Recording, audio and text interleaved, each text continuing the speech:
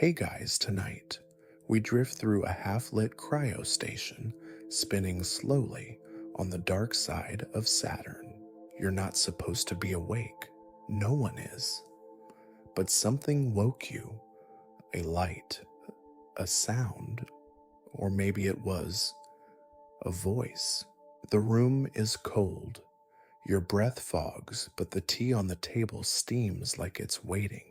You probably won't survive this with your socks still on, because one of them is already trying to escape through the air duct, and the other, it's holding your coffee hostage. So before you get comfortable, take a moment to like the video and subscribe, but only if you genuinely enjoy what I do here. Drop your location and local time in the comments. I love knowing where you're tuning in from. Now dim the lights, maybe turn on a fan for that soft background hum, and let's ease into tonight's journey together. You wake slowly like syrup pouring into gravity. Your eyes flutter in a room that doesn't quite end. No hard edges. Every line curves walls, bend into ceiling, into floor, into some kind of radiant fog near your feet. You blink a few times, expecting the standard jolt of cryo hangover, the brain freeze behind the eyes, the throat like sandpaper wrapped in velvet. But instead, you feel strangely fine, alert, a little too alert, in fact. Something feels off. The bed hums gently beneath you.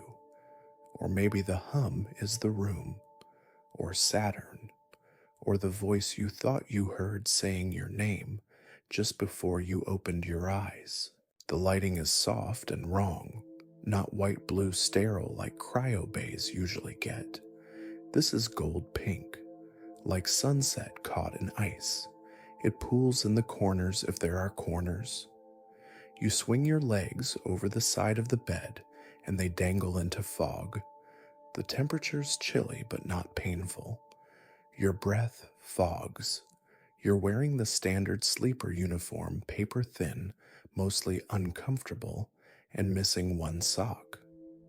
Of course, there's a sound again. That's what got you up, you think.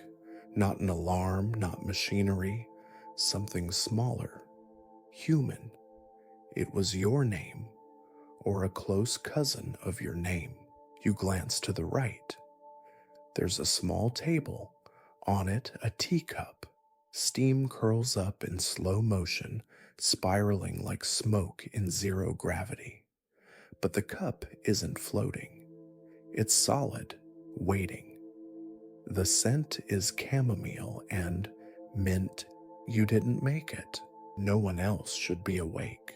You rise gingerly. The floor feels like foam, like the ship doesn't want to offend your arches. There's a mirror. You don't remember it being there. And in the mirror is you, of course, but skewed, a little stretched like someone took your reflection and pulled it gently to the left. You frown. So does the reflection, but a second late. Okay, definitely weird. The cryo chamber door is shut behind you. Not locked though, just closed with intent.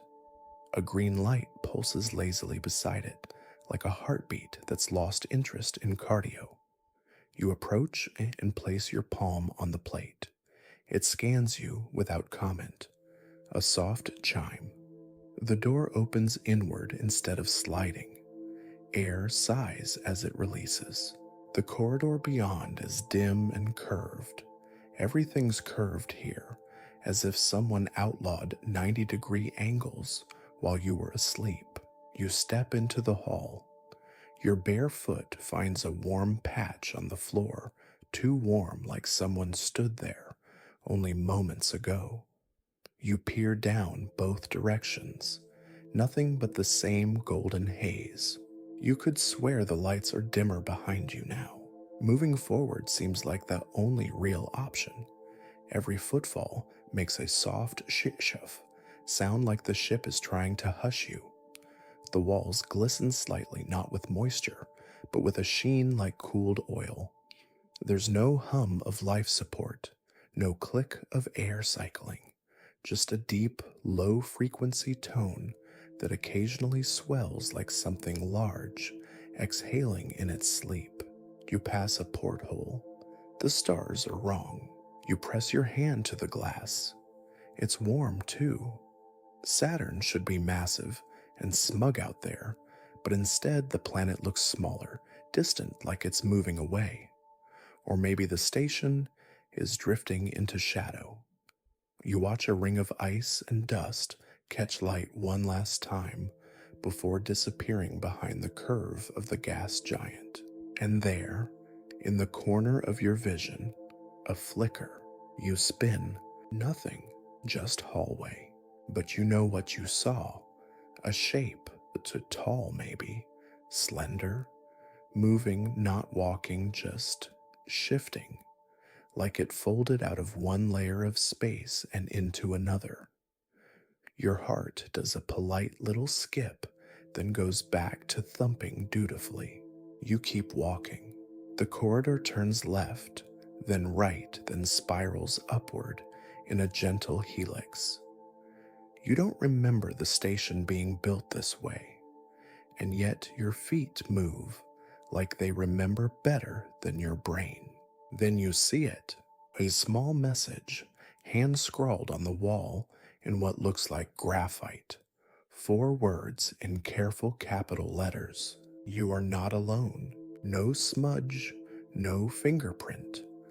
As if it had been written just moments ago and left to dry in silence. You reach out to touch the letters, still warm. Behind you, the lights dim. You back away from the wall, from the message, from the weird, still warm graphite, like it was freshly scribbled by a ghost with decent penmanship. You don't hear anything, but that's part of the problem. The station is too quiet. Not the peaceful kind of quiet, the kind that makes you feel like the walls are listening and don't particularly like what they're hearing. You remember the tea, the one from the table in the angle-less room, the steam that twisted upward like it had ambitions of becoming a storm. Your stomach tightens, not fear exactly, more like anticipation's weirder cousin, the one that shows up uninvited and wears your clothes. You decide to head to the galley, or rather, you let your feet start walking in that direction and pretend it was your idea.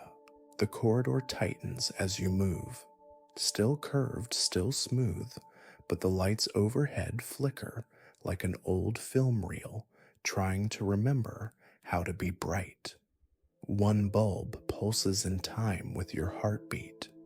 Another hums just sharp enough to make your teeth itch. Then suddenly you're there.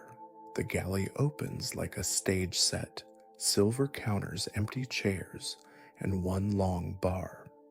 Everything's polished to a mirror shine, except the floor, which appears to be sticky. You step carefully. In the center of the bar, a coffee machine, older than you, gurgles to life.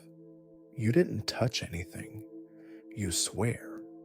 But the machine makes that huffy sigh, like a barista who's had just enough of your nonsense, then begins grinding beans with a ferocity usually reserved for lawnmowers.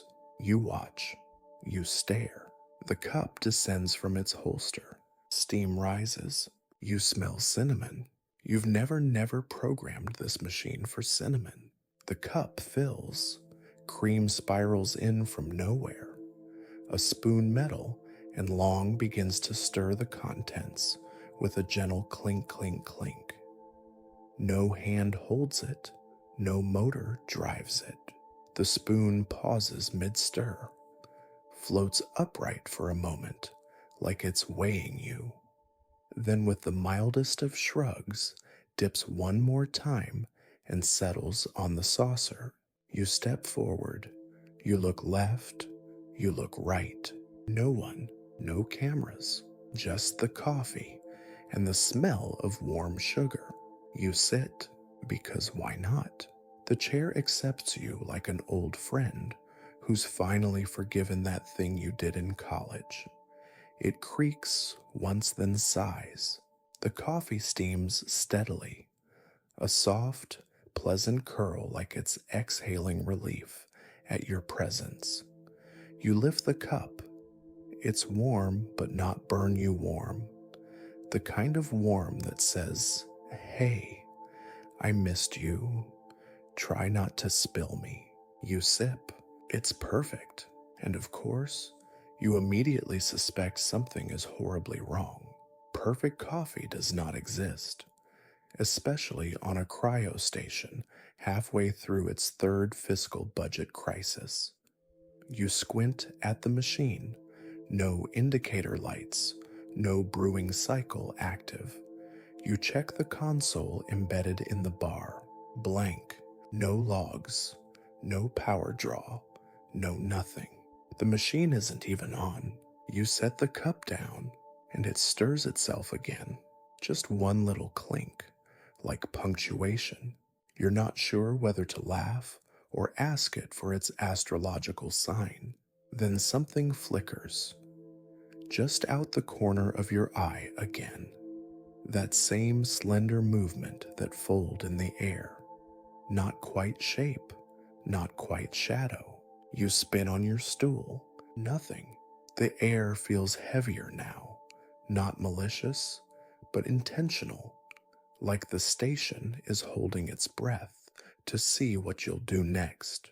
You get up, walk to the corner of the galley where the meal printer sulks in disuse. You haven't seen it since before cryo, but now it's humming faintly. The screen flashes a message, breakfast ready. Below it, a tray, toast, scrambled eggs, a single red berry on the side. You never programmed this. You never ordered it. But that's your plate. Exactly how you made it for yourself on Earth. The week before launch, down to the wrong kind of toast. Too thick. You hated that toast. You back away. Behind you, the coffee clinks. This time it sounds amused.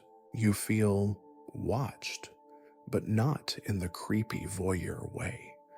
More like the way a cat watches you wrap a present, confused, a little judgmental, and deeply concerned about your methods. Something's here, or nearby, or inside the systems, but not in the code. More like in the rhythm of the place, in the way the lights flicker half a second before your thoughts catch up, in the way the floor changes temperature based on how nervous you are, in the way that damn coffee knows exactly when you need it most. You return to your seat, take another sip. The temperature hasn't dropped. You say softly, "Hello?" The room doesn't answer, but the spoon stirs once, then stops, like a nod. You laugh, nervously, quietly, the way you laugh at a good ghost story when the lights are still off. You lean back. You remember the writing on the wall. You are not alone. It's starting to feel less like a threat and more like a fact. There's a peculiar shift in light that tells you the station's orbit has tilted. Not much, a fraction of a degree, but enough for the walls to throw longer shadows than they did a minute ago. The overheads keep humming along, pretending nothing's wrong, but the color temperature's all off cooler flatter, like the station itself is fading toward grayscale. You slide off the stool. The coffee stays where you left it, still steaming. You get the feeling it'll still be warm in an hour or a century. The galley door opens for you before you reach it, which is polite and deeply concerning. The corridor outside has changed. You're sure of it. Same direction as same curve, but the incline is new. The way your feet pull just a little harder with each step, like walking uphill through memory foam. You glance back. The door to the galley has vanished. Just a smooth curve of wall where it should have been. Okay, that's new. You exhale. Fog again. The temperature's dropping. The air smells faintly of metal and lemon rind. And maybe ozone. You pause at a junction, one of the few labeled spots on this station. The sign's still there, etched into the bulkhead in clear embossed print. Observation, telemetry, left arrow. Archive AI core, right arrow. You've never liked choosing, not even in dreams. But this time, your body makes the decision for you. You lean left, toward the viewport.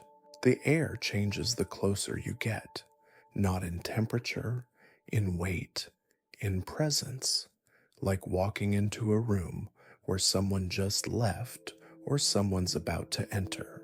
And then you're there, the observation deck. The doors open with a hydraulic exhale, like they've been holding something in or out. The room is circular, paneled in dark glass and fiber optic tracing. At the center is the main viewport, a wide arc of reinforced transparency facing the stars. Usually, Saturn fills the frame, a golden colossus with rings glittering like static. But not now. Now it's half gone. The planet is slipping into its own shadow. The station is drifting into the umbra, the full shadow cast by Saturn across its own rings. You watch as sunlight dims across the icy arcs. One by one, the rings vanish into darkness, like someone drawing velvet curtains across the sky. You press your palm to the glass. It's cold. Your breath clouds, then fades. The station creaks. A soft groan. Thermal expansion. Structural tension. Or nerves. You see something move near the edge of the ring plane. Not a ship. Not debris. A blot. A ripple. Something that refuses to glint. Blacker than space around it. The shadow, the one from the corner of your eye, the one that doesn't have a name. It doesn't move so much as shift, like someone peeled a sticker off the stars and left the shape behind. You blink, it's gone, or maybe it never was.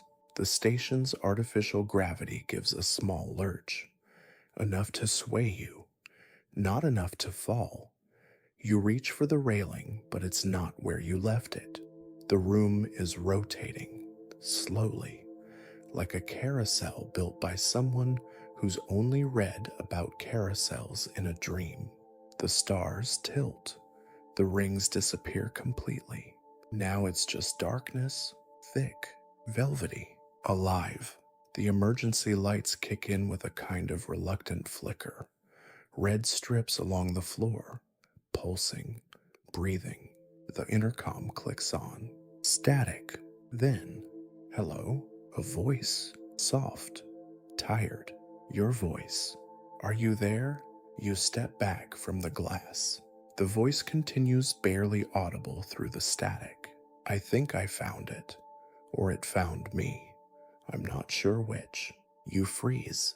Because that's your voice from before. Not now. Not the person standing here. It's you from later. I just want to know if you remember the door. The feed cuts. Silence. Then a small chime. The kind your comms system makes when receiving a log from internal diagnostics. You approach the console. No power. No buttons glowing. Just a faint imprint where your hand would rest if you still believed in answers. You lay your palm flat. The screen blinks once, then displays a single image, the observation deck as it is now, but you're not in it. Something else is, standing exactly where you are. Tall, slender, shadow without source. It turns and smiles. You stumble back. The screen goes black. The lights return to normal, sort of.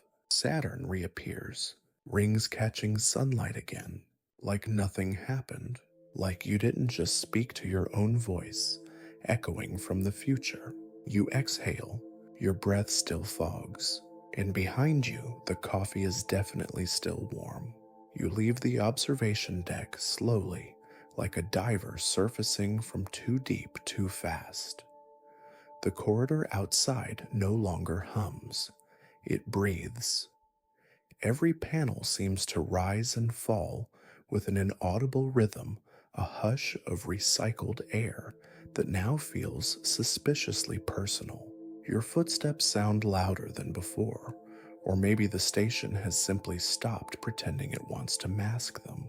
You turn right back toward the archive AI, drawn by that faintly familiar voice you heard through the static, your own voice, maybe future you or past you, or a version of you who just got here first and didn't close the door behind them. Whatever. You round a corner, hand trailing along the wall for comfort, when your fingers touch something grainy. You stop. It's writing, again, drawn in soft gray lines along the panel, looping and thin like it was sketched with the tip of a broken stylus or the edge of someone's thumbnail. The line work is precise, nearly obsessive. At first glance, it looks like a circuit diagram, but then you step back and see it's a star map. No labels, no axes, just constellations bent slightly wrong, angles that don't occur in nature, lines that curve inward too sharply. The kind of diagram that makes you feel like you've seen it before on the inside of your eyelids. You whisper, "Who did this?" No answer, of course. The map stretches the length of the wall, turning corners, sliding across bulkheads. At one junction, the path splits two routes, diverging into different constellations. Above one, a small note in the same style: "Follow the ones who remember," and above the other, "Follow the ones who forget." You stand there, deciding. Again, your track record with choices isn't great. You still regret that haircut from 2046 and joining the science team instead of staying back on Luna with your sister. She had good instincts. You had wanderlust and bad dreams. You touch the wall. It's warm again. The kind of warmth that feels like memory instead of temperature. "Okay," you say softly, "show me." You pick the left fork, the ones who remember. It leads you deeper into maintenance corridors. The walls narrow. The lighting drops to a faint cerulean hue. Something about it makes the air feel thicker. Your ears pop slightly like the pressure's changed. More markings. Some of them aren't maps now. They're sketches, silhouettes of the station, the greenhouse, the airlock, your bunk, all drawn like someone's trying to pin them down before they change. Some sketches are of people, not many. Just one, actually. You, drawn over and over. Different poses. Sleeping. Sitting at the observation window. Drinking coffee. Each sketch is more accurate than the last. Until the final one, which shows you standing exactly where you are now, staring at a sketch of yourself. You touch it. It smudges. A handprint appears in the dust next to yours. Fresh. You spin around. No one. You're starting to develop a professional level of paranoia. You move forward this time with a little more purpose. The corridor bends again, as all corridors here seem contractually obligated to do, and you find yourself outside the AI core. The door is open, just slightly.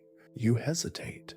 The last time you walked into a room alone, coffee made itself, and a future version of you left a voicemail. You push the door open anyway. Inside, the core is glowing, not with light, not in the usual sense. It's glowing with color, like someone poured sunset into a crystal bowl and told it to hum quietly. Lines run along the walls, fiber optic strands you don't recognize. They pulse in time with your breath or your heartbeat. It's hard to tell which is leading. In the center of the room, the archive node. It's an orb now, not a cube. The design's changed since you went into cryo. The orb rises slightly as you step in. It speaks, "Welcome back." Its voice is soft, and yes, your own, again, but modulated layered beneath the AI's usual neutral tone, like two people whispering the same sentence at once. You clear your throat. "What do you remember?" The orb pulses once. "You asked me to forget." "Did I?" A pause. "Yes." You step closer. "So what did I forget?" A longer pause. "Everything except the feeling." You stare at the orb, at the shimmer inside it, and you think maybe it's right. You forgot the shape of the shadow, but not the feeling of it. The orb flickers. Another message appears on the wall behind it. Just 5 words this time. The shadow follows thought patterns. You back away slowly, and as you turn to leave, the orb pulses again. You hear your voice, whispered just above silence. You always come back. The hallway outside the AI core isn't quite the same as when you entered. Not wrong exactly, just updated. Subtly rearranged like someone tidied up while you weren't looking. The light panels are cooler now, almost blue, and the pulse in the walls, the one sinking too comfortably with your own rhythms, is gone. Silence. You try not to think about the drawings. Your face over and over again, like the station is sketching you from memory, from emotion. You wonder if shadows dream in outlines. You follow the corridor until it ends in a junction you don't recognize.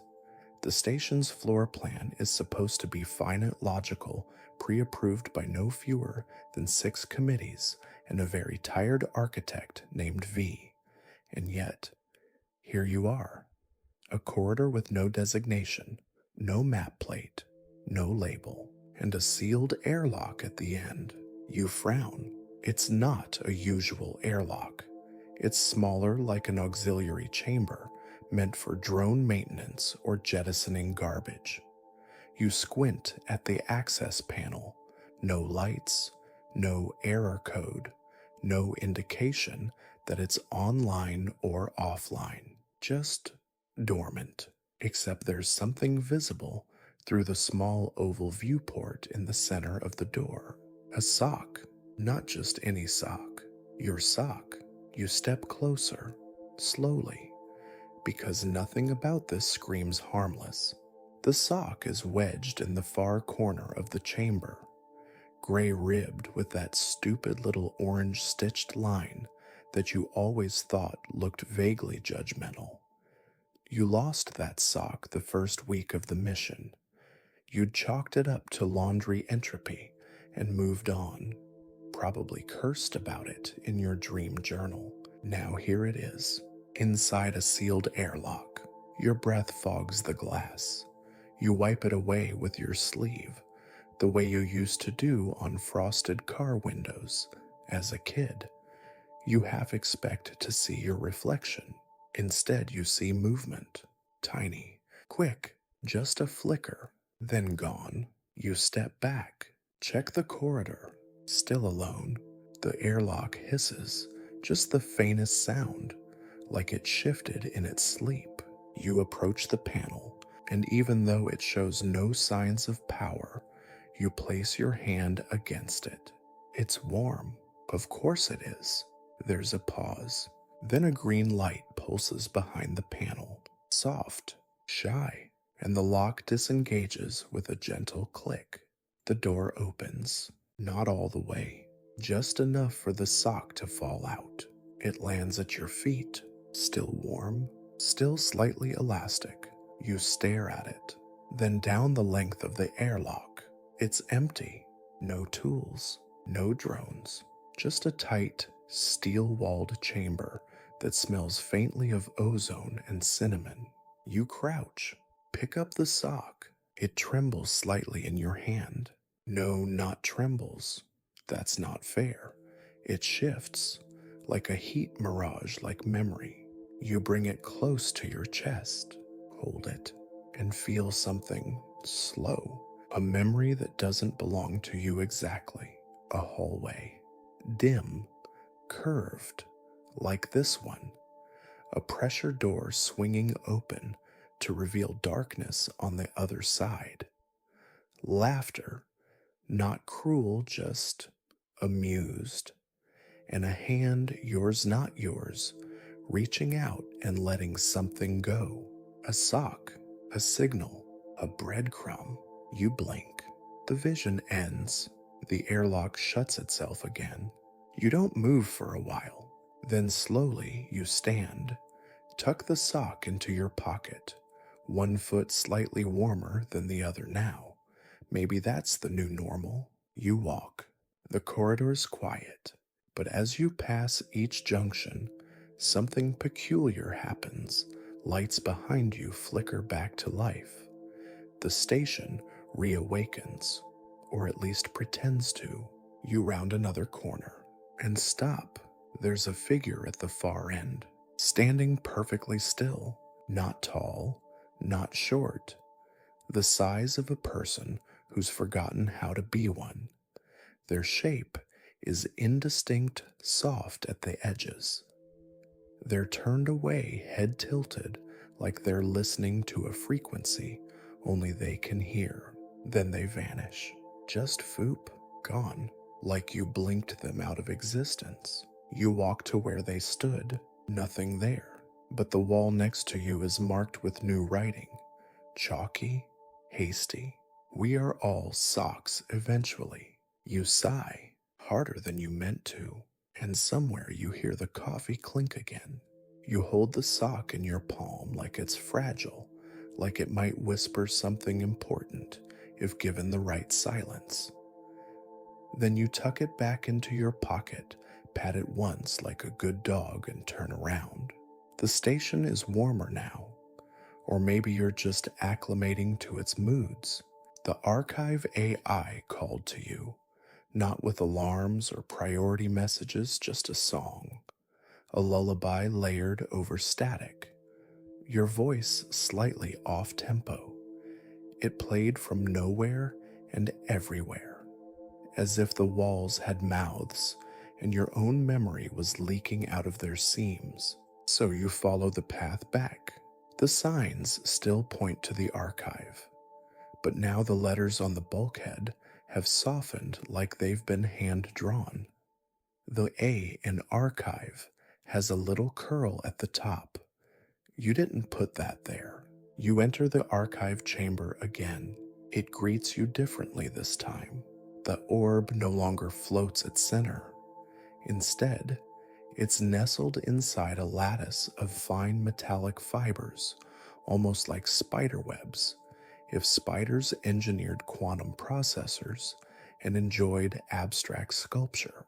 Hello again, the orb says, and you swear it sounds embarrassed. You raise an eyebrow. Did you play me music? A pause. Then yes. Why? You said it would help you remember, so I waited for the right moment. Your throat tightens, and what exactly was the moment? The orb pulses. A soft amber glow, now like candlelight. When you held the sock, of course, you pace a little, not because you need to, just because humans like pretending to think while moving. The orb tracks your path without rotating. What did I forget, you ask? Most things, it replies almost cheerfully. But some things leaked through. Echoes. You glance at the central console, still blank. I don't see any logs. That's because you locked them and gave me one instruction: do not show you until you ask the right question. You stop pacing, turn. What's the right question? Another pause. The lights dim slightly, like the station is leaning in to listen. You haven't asked it yet. You squint. That's helpful. I try. You sigh and sit. The chair is slightly warm, suspiciously so. The AI must have preheated it. You decide not to think about that too hard. Okay. New angle, you mutter. What do you remember? The orb flickers. For a moment, you think it might shut down, but instead, the walls begin to glow. A projection blooms above you, not a flat screen, not a diagram, a memory, yours, Earthside, rain against a shuttle window. You're sitting in a training room, listening to an instructor with too many badges and not enough patience. You're not really hearing him. You're humming under your breath a lullaby, the one your mother sang when Saturn was just a painting in your room. The projection shifts. Now the launch pad. Now the cryo chamber. Now something else. A dark room with no doors. A voice. Your voice speaking directly into the archive's core. I won't remember this. But if it happens again, play the song. It's always the song. The memory ends. The orb dims. Silence again. You stare at it. You said, again. How many times has this happened? The orb hesitates. Then 4. You inhale sharply. 4 missions. No, 4 loops. This is the 4th. You stand up. Time loop. Not precisely. Spatial temporal fold. Like the station drifts into a narrative eddy, always near the shadow. You close your eyes. That feeling, that deja vu, that tug in your stomach when you saw the sock, when you heard the coffee clink, when you followed the wrong corridor that turned out to be right. It was all yours, just not this version of you. You turn to the orb, and the shadow, it watches between iterations. Sometimes it interacts. Sometimes it waits. You frown. Waits for what? For you to choose. Choose what? Another pause. The orb glows a soft morning blue. That's the part you always forget. You shake your head. Why do I keep coming back? The orb hums. You never say, but in the air just under that hum, you hear it again. The lullaby, layered with your voice, slightly older, slightly tired. Don't forget the question. The station creaks like an old house trying not to give away its secrets. You sit again, and the coffee somehow is waiting, still warm, still right beside you. You exit the archive with your coffee still in hand, lukewarm but emotionally stable. The hall greets you with a familiar hush, but now it feels different. Not just quiet, anticipatory, like the station has moved from tolerating your presence to observing it. Maybe even appreciating it. You mutter a quick thanks to the walls just in case. They don't reply, but a vent exhales gently, and it feels like acknowledgement. The path to the greenhouse wends downward, always downward, like someone hid it in the station's pocket. It's one of the oldest modules designed more for morale than function. The food grown there never really tasted right, like lettuce with anxiety. But it was green, and that mattered. As you descend, the scent hits you. Not earthy, not even synthetic, just sweet, warm, like honeysuckle and sun. But there is no sun, not on the dark side of Saturn. You step through the greenhouse doors and nearly lose your footing. Light floods the chamber, too bright, too gold. Not like a spotlight, more like the memory of a golden hour poured into the room and stirred just enough to shimmer. Every plant glows, not with external light. From within, their leaves radiate soft hues, some green, some silver, some blushing pink, like shy sunsets. The vines reach lazily toward the ceiling, ignoring gravity with casual disrespect. One long tendril drapes across the walkway like a velvet rope at a party you weren't invited to. You crouch near a cluster of violet-petaled spirals. They vibrate softly as if in song. You touch one. It curls around your finger, not in warning, in recognition. The entire vine pulses, once then rearranges its leaves, spelling your name. You sit down, because that seems like the only polite thing to do. The plants continue glowing, whispering. Something hums from deep within the soil. You can't tell if it's biological or mechanical, but the air is warm, scented with green things and memory. You speak aloud. Have I been here before? One of the taller stalks leans toward you. Then, like a memory assembling itself, you see it. The dream from Cryo. A field that looked like this but stretched forever. Skyless, lit from inside. Vines that reached into your thoughts and brought out pieces of songs you hadn't sung in years. You'd been barefoot, running, laughing. Maybe the greenhouse wasn't built to hold memory, but it's doing a damn good impression. You glance around. The tools are still hung neatly on the wall, watering drones idle in their docks. But the logs, the journals gone, every data pad wiped or vanished, except one, left open on a small bench near the window. You approach. It's not a data pad. It's a sketchbook, hand-drawn. The paper smells faintly of lavender and graphite. Inside, botanical illustrations, detailed, lovingly rendered. Each plant labeled not with scientific names, but with phrases. My first memory of warmth. The day before she left laughing in the rain. Age 7. You flip through pages and pages, none of them signed, until the last one. A small note scribbled in the bottom corner. This time maybe leave something behind.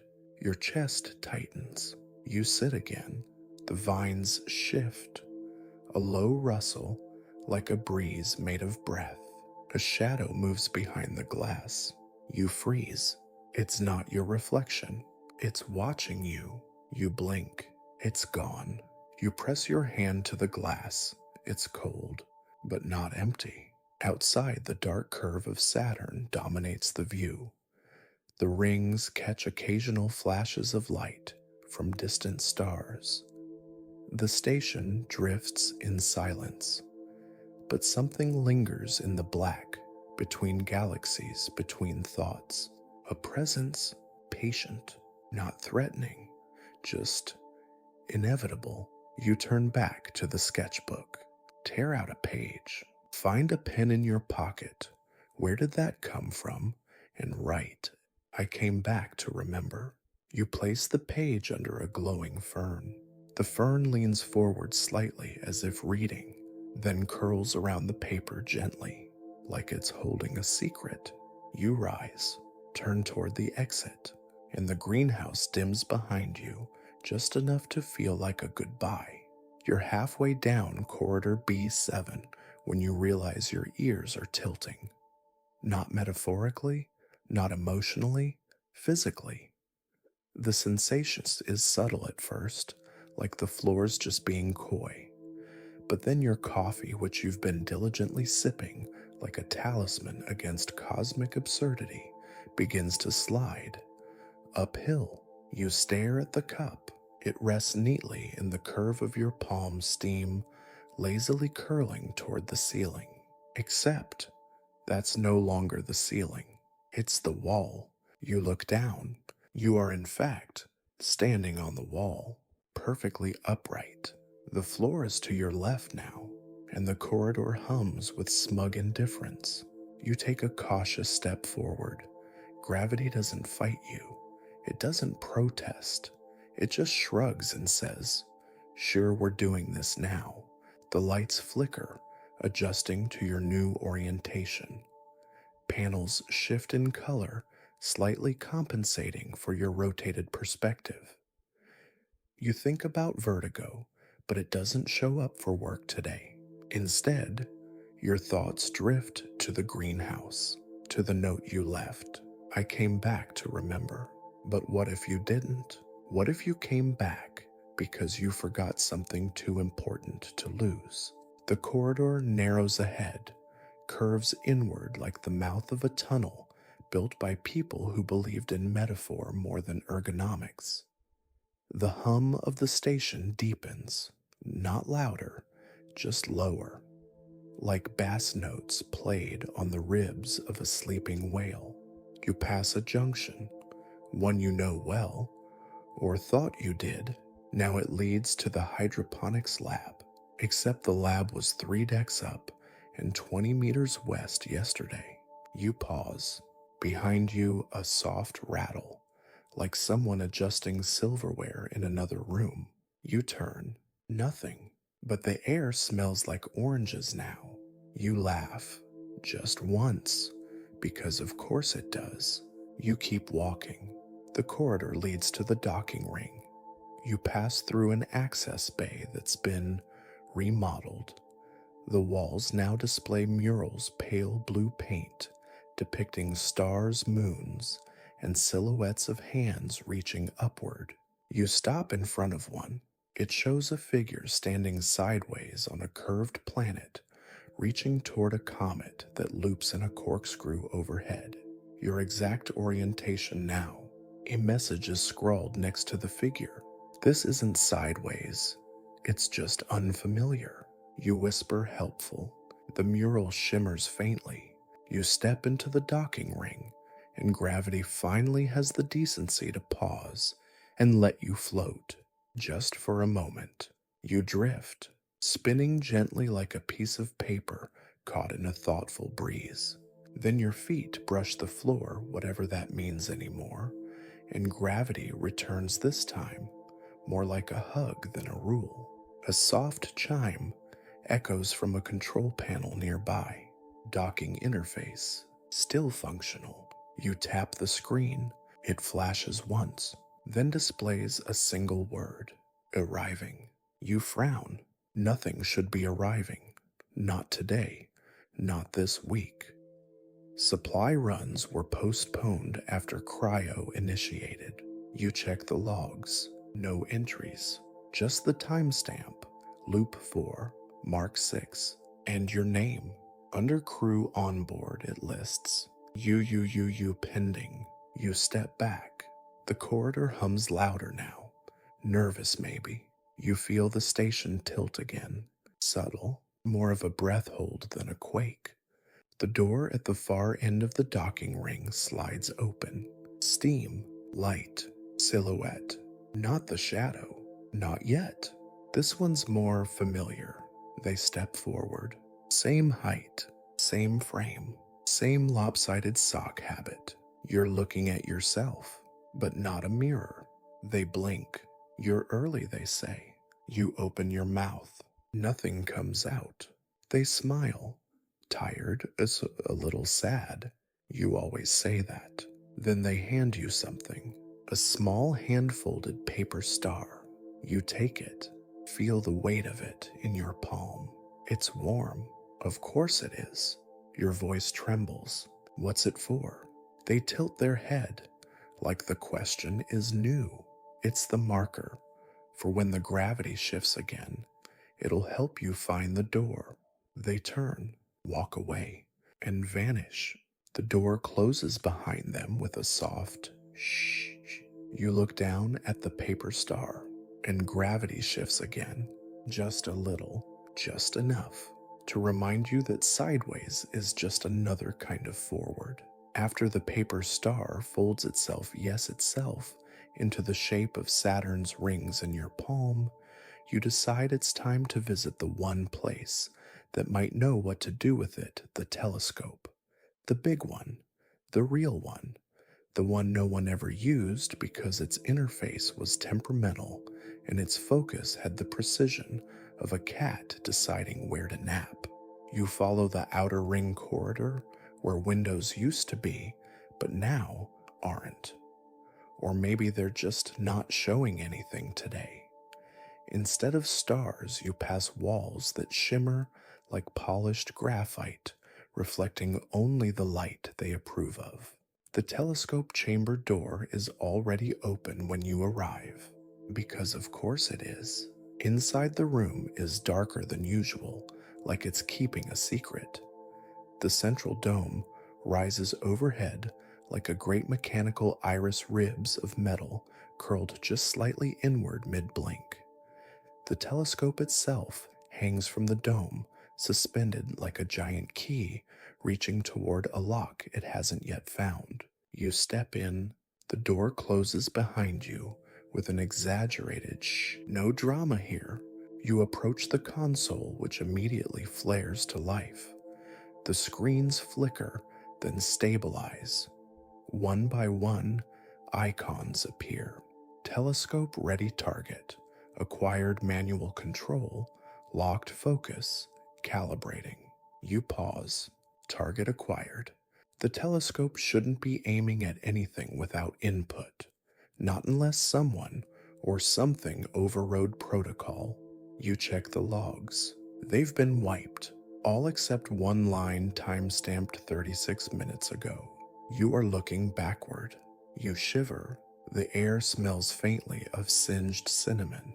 You tap the control screen. It resists at first, then yields. The display shows a black patch of sky, darker than the surrounding void. An absence. A pixelated shrug from the cosmos.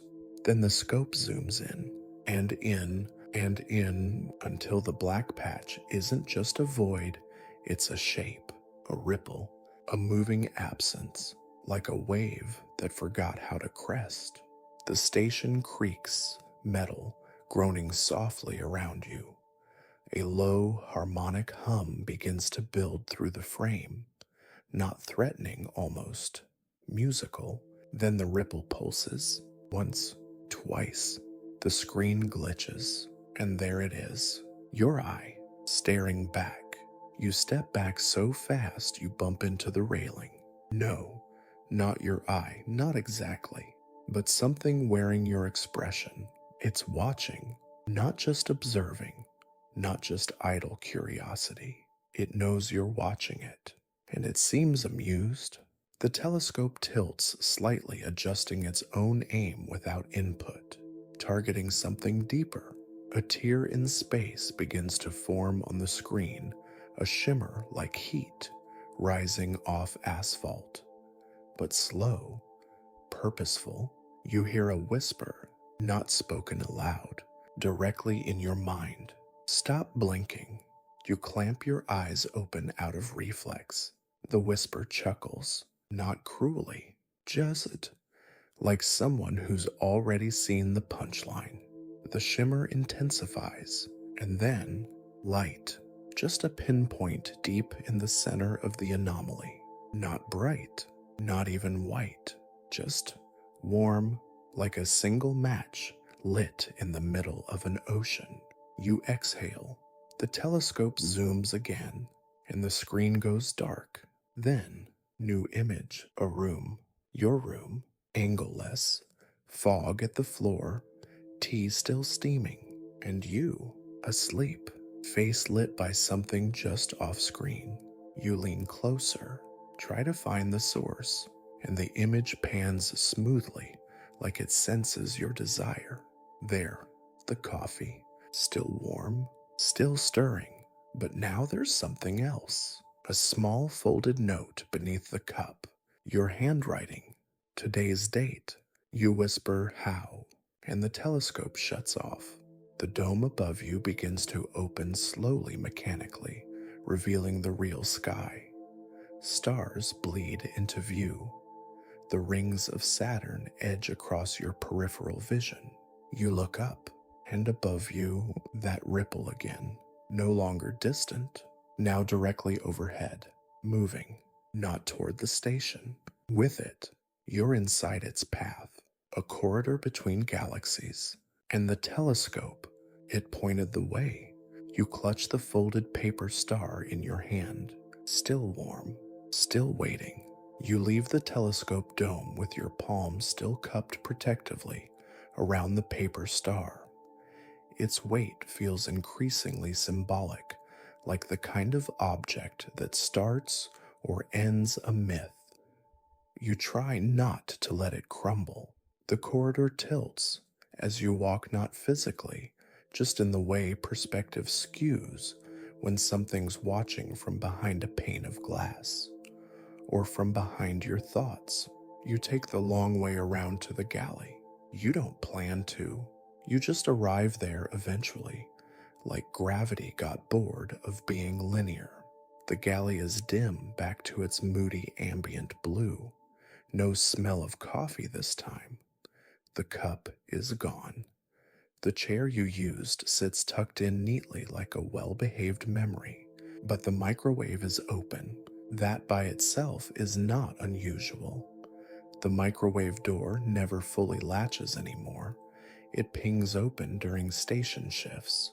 You've ignored it for years, but today something rests inside. You approach slowly. Inside the microwave, folded with deliberate care, is a piece of paper. You recognize your handwriting instantly. Slanted, confident, left-handed. You're not left-handed. You pick it up, unfold it.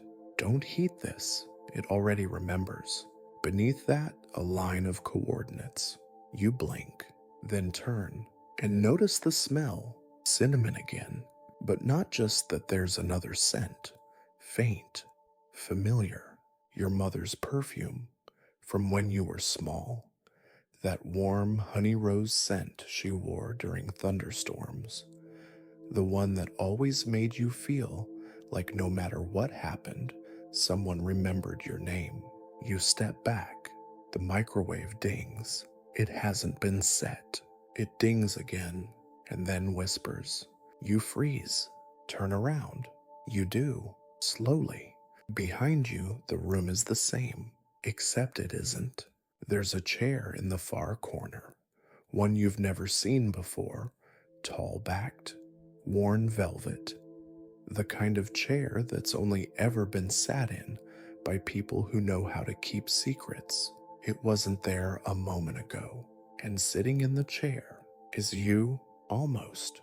The you in the chair is older, softer, smiling like someone who knows how the story ends. They hold a cup of coffee, still steaming. You blink. They don't vanish. They nod instead, once, then tap the table beside them. There's a microwave manual resting on it. You approach. They say nothing. You open the manual. Inside is a cutout hollow where the pages should be, and in the hollow, a key, shaped like a spiral. You pick it up. It's warm. You glance at your other self. They raise their cups slightly as if in toast. You whisper, "What is this for?" Their voice matches yours perfectly. To unlock the question. Then they fade, not vanish, not shimmer, just fade, as if they'd never taken up space, only permission. You're alone again. The microwave is still open. Inside it, now your missing journal, the one you lost before cryo. You lift it out, flip through. The last page contains an entry you've never written. Date tomorrow, handwriting yours, but different. You'll find the door behind the gravity well. Follow the music. Don't trust the static version of you. Bring the sock. You shut the journal, hard. Then you laugh, because of course. You take the sock out of your pocket. It's still warm, and now it smells slightly like lavender, because of course. You tuck the journal under your arm, the paper star between its pages. The key goes around your neck on an old string you find in the emergency drawer. The the same one that used to hold your ID badge. You're becoming an artifact, and the station feels it.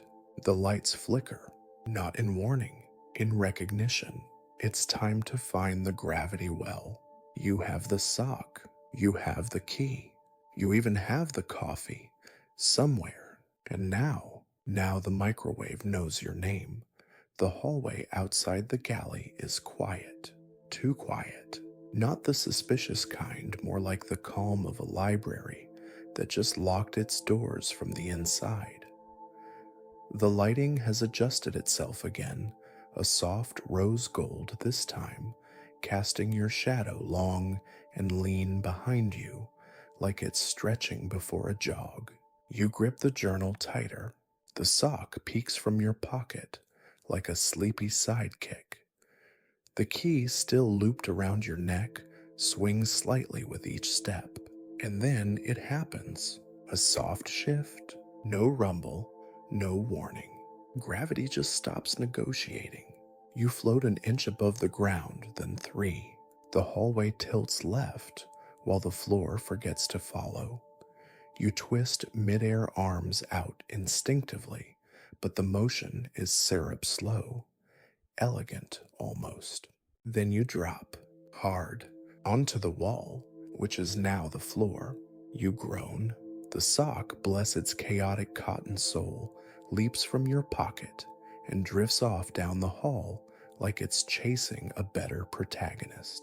You try to stand, but standing has stopped being a relevant concept. The hallway warps again, buckling gently inward, not visually, physically, like the ship just exhaled in the wrong direction. A doorway opens on your left, where there shouldn't be a doorway. You grab onto the bulkhead to keep yourself anchored, pulling hand over hand like a very calm emergency astronaut. You reach the opening and peek inside.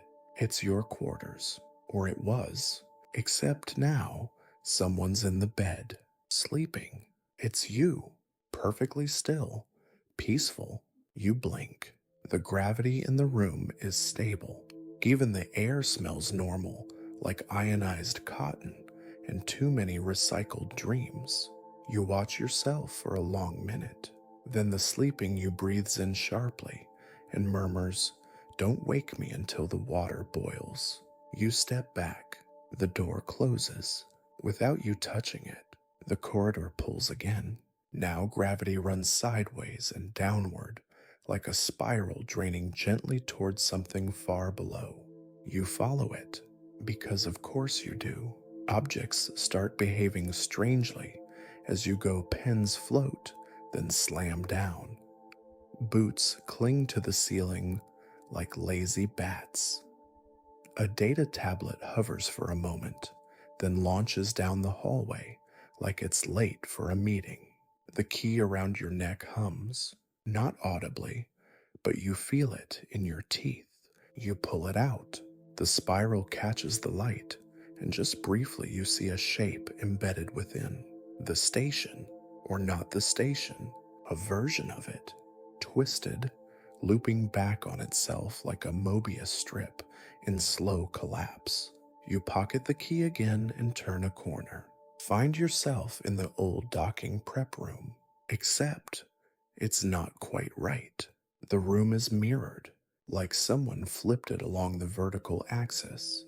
You reach for a locker that should be on the left, and it's on the right. Inside, your old EVA suit hangs neatly. The name patch reads, U version 3.2. You whisper, "How many of me have been here?" The locker answers by sliding closed. Behind you, a chime. You turn. In the center of the mirrored room is a hatch, unmarked, circular, and pulsing with soft white light. You know without knowing that behind it is the gravity well. Not a danger, a door. You approach a journal under one arm, sock in the other. The key warms in time with your pulse. The hatch responds, spiraling open like a camera lens. Inside, nothing. A shaft lit faintly from within. And at the bottom, just barely visible. Music, the lullaby, your mother's voice, echoing upward. You close your eyes, step in, and gravity pulls, not down, not sideways, just forward. And this time, it doesn't ask. You fall without falling, drift without motion. The shaft pulls you forward, but the sensation isn't physical, it's nostalgic, like the tug of an old song from another room. The lullaby climbs softly around you, not through speakers, through memory. At the bottom, or what you assume is the bottom, the hatch sighs open. You step out into a corridor you haven't seen in years. Not station years, childhood years. The hallway is your childhood home, painted in colors that never existed in real life, but feel more accurate than photographs. The walls are soft pastel green. Your mother's dried flower wreath hangs perfectly center between the rooms. Only now there are bulkhead lights above it, and the air smells like ozone and lemon disinfectant. This isn't nostalgia. This is architecture made from dreams. You move slowly, quietly. Each step echoes just a little too long, like the corridor isn't ready to forget you've been here. The floor beneath your feet alternates between cool station plating and plush carpet that used to scratch the backs of your knees when you built pillow forts. A door swings open as you approach your childhood bedroom. On the station, your bed is here. Yes, the small twin cot with too many pillows, but so is your cryopod humming softly in the corner. There's a plush astronaut sitting beside it, worn from years of being clutched during thunderstorms and power outages. You sit on the edge of the bed. It doesn't groan. The music is louder now, like it's being played from inside your pillow. You turn and find the music box from home, the one that vanished in a move when you were 8. It sits perfectly center on your shelf, next to a framed photo of Saturn pre-mission when it was just a planet, not a participant. You reach for the box and open it. It plays, same song, but this time, lyrics have grown beneath the melody. Your voice from somewhere in the loops. When the stars forget your name, follow light that bends like flame. Shadow watches, shadow learns you return, and it returns. You close the lid gently. Stand. The walls ripple. Subtle, barely there. You step back into the hallway, and it's different again. Now you're in the life support bay, except it's also your grandmother's kitchen. The sink where CO2 scrubbers hum now leaks tea into a porcelain cup. A radio plays softly in the corner, crackly familiar, and the tile underfoot alternates between linoleum and composite steel. The station is dreaming, or you are, or both. One of the control panels pings. You move toward it, stepping over a childhood toy you swear got lost in the Pacific. The panel blinks. Visitor confirmed identity. U-version 1.0 mode memory. Merge remaining. 3 questions. You pause. 3 questions. The panel responds with a new line. Ask carefully. You're the only one listening. You take a breath. Why did I come back? A pause. Then, to learn what you chose to forget. You feel that one in your ribs. Second question. Why now? The screen flickers. Because the shadow remembers you best when you're alone. Third question. You hesitate. Then, what is the shadow? This time the pause is long. Lights flicker. Then, the shadow is what you leave behind each time you choose to continue. Your throat tightens. The lights dim. The lullaby fades. A panel beside the console opens with a soft hiss. Inside a single note. Your handwriting. You wrote this last time. Don't run. The shadow isn't chasing you, it's following because it wants to know if you'll stay. You pocket the note and notice the station is no longer breathing. It's waiting. You step back into the hallway, and behind you, your dreams pack themselves neatly away, ready to return to the archive. The hallway narrows as you move forward, closing in gently, like a story tightening before the final chapter. The lights dim, but not in fear, more like they're being polite, giving space to something bigger that's about to happen. You reach the engineering deck. The doors part with a sigh.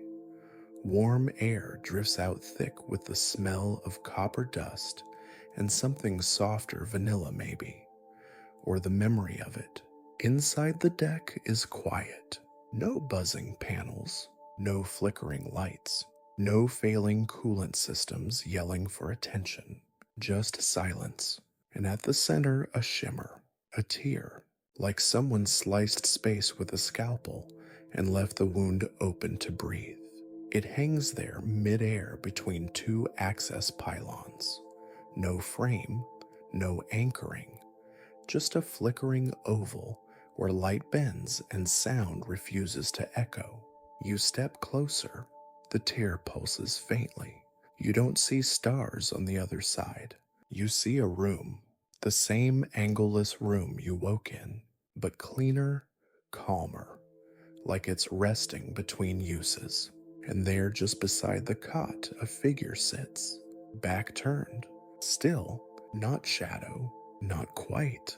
You watch, and the tear watches you.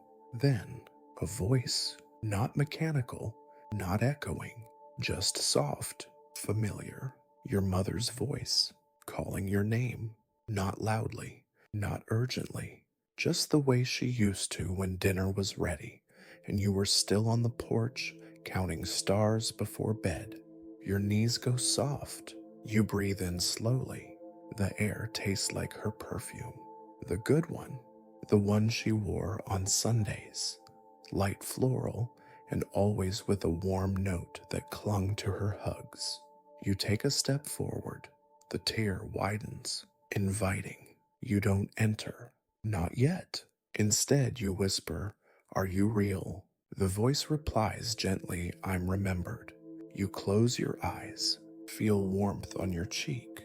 Not heat, light, soft golden light, curling from the edges of the tear like sunrise over calm water. The shimmer pulses again, and this time you see the shadow, not beside the tear. Inside it, a tall figure impossibly still outlined not by absence, but by the suggestion of movement. It's not threatening. It doesn't lunge. It waits. Your breath fogs the air. Your hand trembles slightly. The key around your neck grows warmer. You lift it. The spiral glows. The shadow tilts its head, curious. A small flicker at its core begins to blink. A wink. You realize then, the shadow isn't the enemy. It never was. It's the echo, the imprint left by each version of you who made it this far. It's every choice you didn't make, every step you didn't take. It winks again, not in humor, in greeting, a signal. "I see you," it seems to say, and now you see it too. The shimmer pulses one final time. The light behind the shadow winks, and for just a heartbeat you feel it. A place beyond endings. Still, safe, yours. You lower the key. Take one step back, not out of fear, out of understanding. The door is open, but it doesn't need to be rushed, because the light behind the shadow, it will wait. It always has. You don't remember walking to the chair. You just remember sitting. It's not one of the station's chairs. Not metal, not composite, not sanctioned by any ergonomics board. This one is wood, real, smooth and old, and curved just enough to feel like it knows how long you've been on your feet. It sits exactly at the edge of the tear, facing it, not commanding, not challenging, just waiting. So you sit. The key around your neck settles against your chest with a faint clink. The journal rests in your lap. The sock dangles from your pocket, like it too is curious what happens next. Across from you, the shadow waits, not looming, not threatening, just being. Its edges pulse slightly like heat, seen from a distance like thought unfinished. You can't see a face, you never could, but somehow you know it's looking at you. And more than that, it's seeing you, really seeing. It doesn't speak. It doesn't need to. You do. I remember now, you say quietly. Not everything, but enough. The shadow tilts almost imperceptibly. I didn't run from you, you continue. I ran from what you hold. It remains still, so you breathe deeper. It's me, isn't it? You say not as a question. You're me, the versions I've been, the ones I almost became. The shadow shifts again. You feel it rather than see it, a ripple of acknowledgement, like someone turning a page on a shared book. The tear beside it flickers softly. The room within your first room remains empty now, waiting. You speak again. Why do I always come back? Finally, the shadow moves. It raises one hand, slowly, not to gesture, to mirror.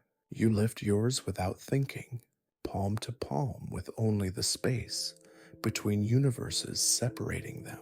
And in that moment, you feel it. Everything, every loop, every choice, every time you forgot why you were here, every time you remembered just enough to try again. The shadow presses closer, and you realize it isn't cold. It never was. It's warm, like breath, like memory, like holding your own hand when the world gets too loud. You don't cry, but your chest loosens, like an old knot finally coming undone. You ask barely above a whisper, "Can I stay this time?" The shadow doesn't answer. Instead, it offers something, not with hands, with presence. A space opens beside it, an invitation. You look down at your journal. The final page is still blank, waiting for one last entry. The sock falls from your pocket and lands gently on the floor. No drama, no magic, just done.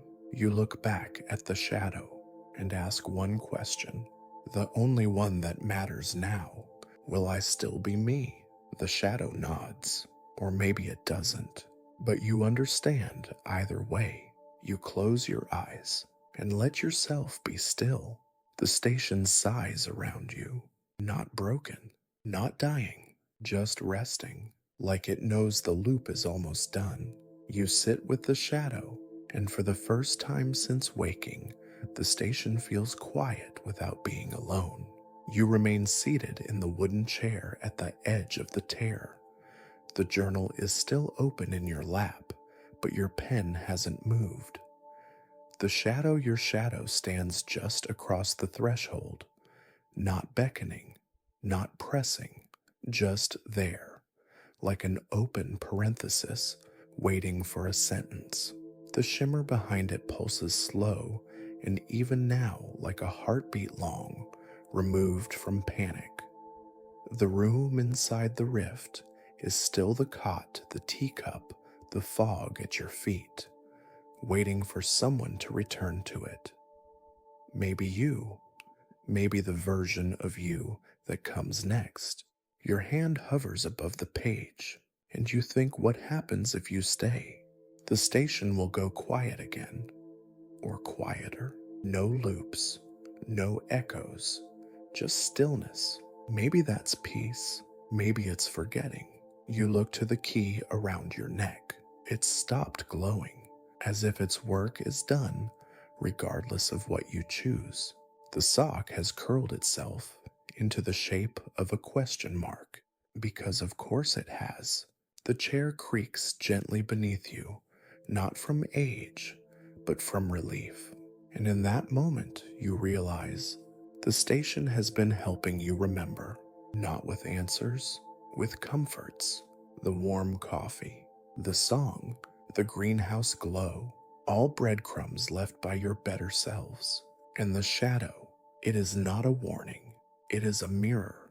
You speak softly. What happens if I follow you? The shadow shifts not toward you but aside, revealing the tier more clearly now. And through it, something new, beyond the room. A corridor you've never walked, wider, brighter, curving up into a star field that pulses with rhythm. Not architecture, not memory. Something being built as you watch the corridor grows, assembling itself thought by thought. A new station, a new version, maybe not a station at all. Maybe you, your future, not a loop, a line. Your heart thuds once. The shadow doesn't press. It simply opens space and offers presence. You close the journal gently, place it on the floor beside the sock. Then you rise. The chair exhales behind you. The station doesn't beg. It simply waits as it always has. You take one step toward the tear. The air thickens, not to resist, to recognize. Your mother's voice hums faint and far like a lullaby carried by time. You smile and step through, not out of fear, not out of duty, but because the story isn't done. Not yet. The tear ripples, closes, and the room is still. Back in the angleless room, the lights dim once more. The cot is empty but warm. The teacup steams faintly on the table.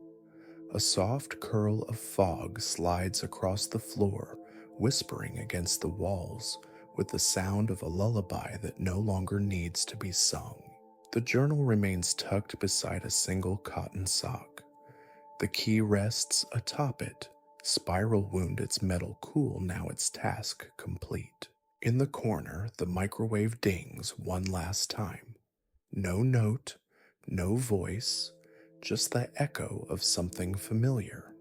A rhythm, a loop undone, and somewhere far beyond the hull, beyond Saturn's reach, the shadow moves, not hunting, not following, just remembering, because that's all shadows do. They remember the shape of the light. You are no longer on the station. You are not in the loop. You are moving forward. And if you ever return, you'll find the chair still there, waiting, not empty, just ready. Sweet dreams.